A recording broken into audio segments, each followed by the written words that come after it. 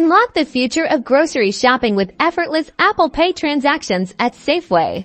First, let's get your device ready if you haven't already. Ensure your iPhone or Apple Watch is updated to the latest iOS or watchOS. Next, open the Wallet app. Tap the plus sign in the upper right corner to add a new card. You can either scan your credit or debit card using your phone's camera, or manually enter the card details. Follow the on-screen prompts to verify your card with your bank. This usually involves a text message or a phone call.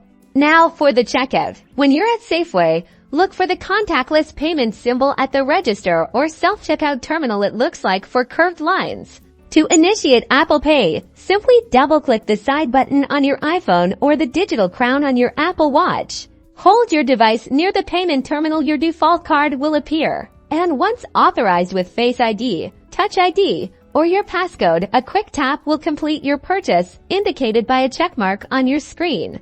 And that's it. Enjoy the convenience and security of using Apple Pay for all your Safeway grocery runs. Happy shopping!